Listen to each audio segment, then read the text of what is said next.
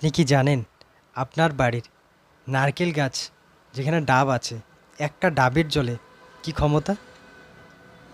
তো হচ্ছে একটা ডাবের জলে ডাবের যে জলটা আছে সেখানে প্রায় 2000 ক্যালোরি শক্তি আছে।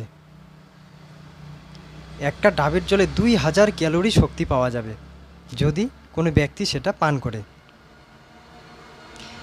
তো একটা মানুষের সারাদিনে যদি বেশি পরিশ্রম করে 4 থেকে 5 হাজার, 4 থেকে 4.5 হাজার যথেষ্ট ক্যালোরি শক্তির প্রয়োজন হয়।